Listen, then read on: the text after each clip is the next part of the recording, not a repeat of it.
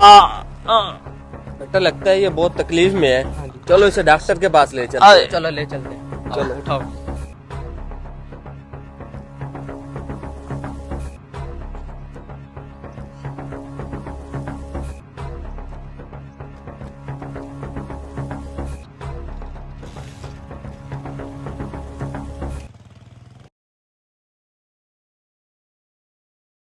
जाहिद बेटा जोहर की नमाज पढ़ ली है? नहीं सर जी, आंख लग गई थी। बेटा देखो इस चीज़ का ख्याल किया करो। देखो ना आपने रोज़ा रखा है तो रोज़े के बाद देखो नमाजें भी हमारे ऊपर फ़र्ज़ हैं। तो अगर हम रोज़ा उस तरह अधूरा रह जाता है जिस वक्त अगर नमाज़ों के लिए नहीं उठेंगे हम, तो इसी चीज़ का तो रोज़ा हमें तकवा सिखाता है कि हमने हर चीज़ को किस तरह साथ लेके जाना है। इस रोज़े का एहतमाम के साथ नमाज ज़रूरी है, उसमें गफलत बिल्कुल भी नहीं करनी।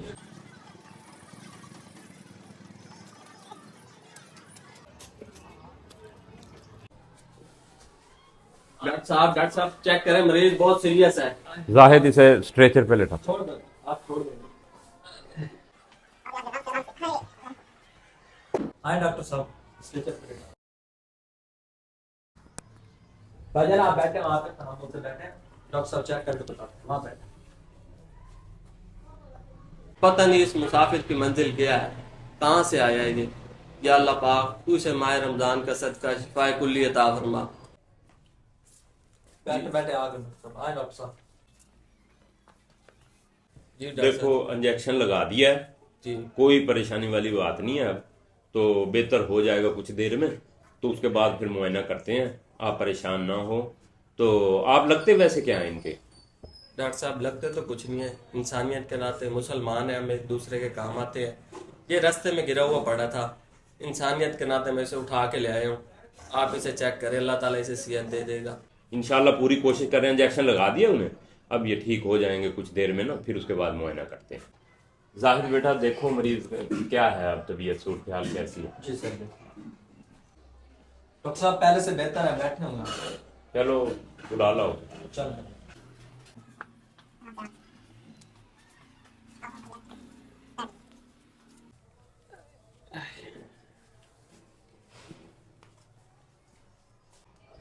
आपका नाम क्या है? जी मेरा नाम खलील अहमद है। तबीयत अब कैसी है? पहले से बहुत फर्क है, अब कुछ बेहतर है। मैंने अल्लाह करे बेहतर हो जाएगा, मैं चेक कर लेता हूँ। तो फिर आपका जो है ना एक्सरे वगैरह भी करेंगे इंशाल्लाह।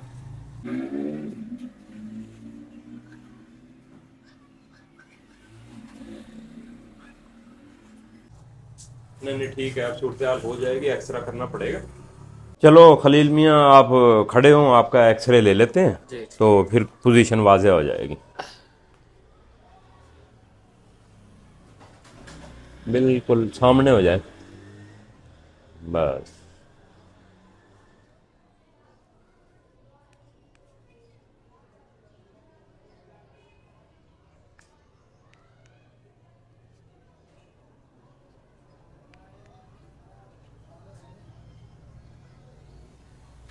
चलो जी बैठ जाओ।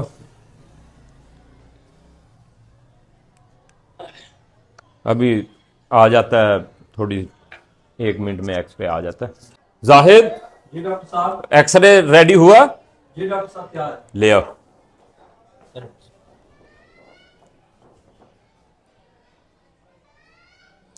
इन्हें आप कहाँ से लेके आए हो? सूरत हाल काफ़ी ख़राब है। डॉक्टर साहब खैर है, क्या हुआ है? इसमें देखो ना जी, इसका सब निज़ाम उल्टा हुआ पड़ा है। मैदा भी उल्टा है, फेफड़े भी, गुर्दे भी, सब निज़ाम उल्टा हुआ पड़ा है। डॉक्टर साहब ये उल्टा पकड़ा हुआ है सॉरी सर। जाहिद ध्यान किया करो इन चीज़ों में। जी सर। अब सारा चीज़ें इसके अंदर उल्टा नज़र आ रही थी। इस तरह कुछ और दवाई दी जाती है, इंजेक्शन लग जाता है मरीज को। हमेशा चीज़ को एहतियात से काम किया करो। चलो मजीद चेक कर लेते हैं। जी जी डॉक्टर साहब।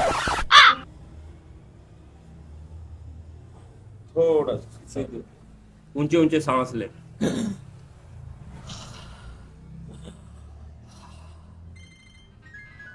सांस रोक लो।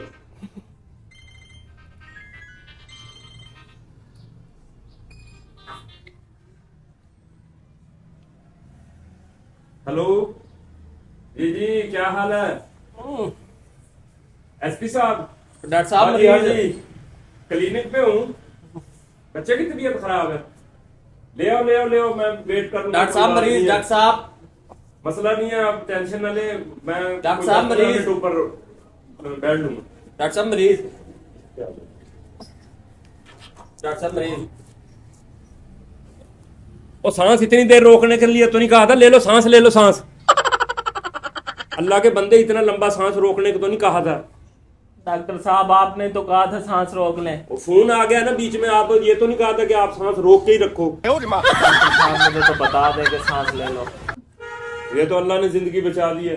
जी जी डॉक्टर साहब। अल्लाह के बंदे, रोजा रखा है? जी जी डॉक्टर साहब रोजा रखा हुआ है। सहरी किस चीज से की थी?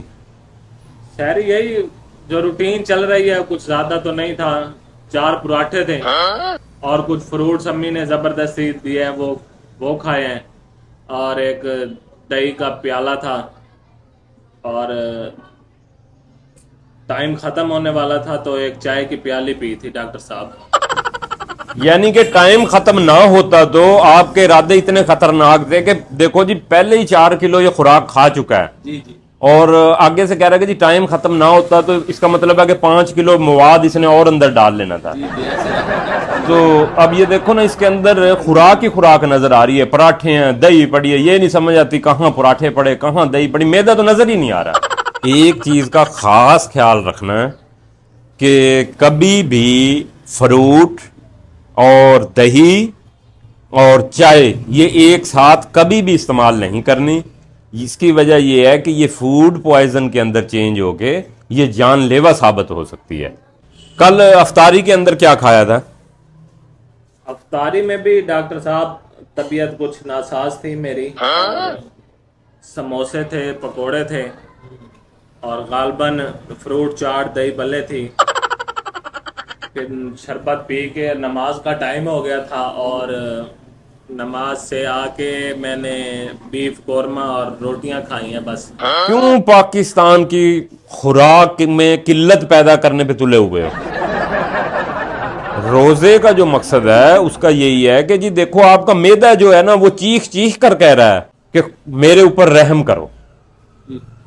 मगर देखो, रोजे है ना, जो रोजे हमारे ऊपर फर्ज है, मगर ये कहीं नहीं लिखा कि जी बिरयानियां, पुलाव, समोसे, पकौड़े, दही का कटोरा, इतना यानी कि सामान खाना है। रोजे रखो अपना नॉर्मल रूटीन से जो खाते हो। और मैदे का जो पोजीशन, मैदा ये इंसान का है, मैदा ये खोते का थोड़ी है। अच्छा, एक चीज का ना वो खास ख्याल रखें माह रमजान के अंदर।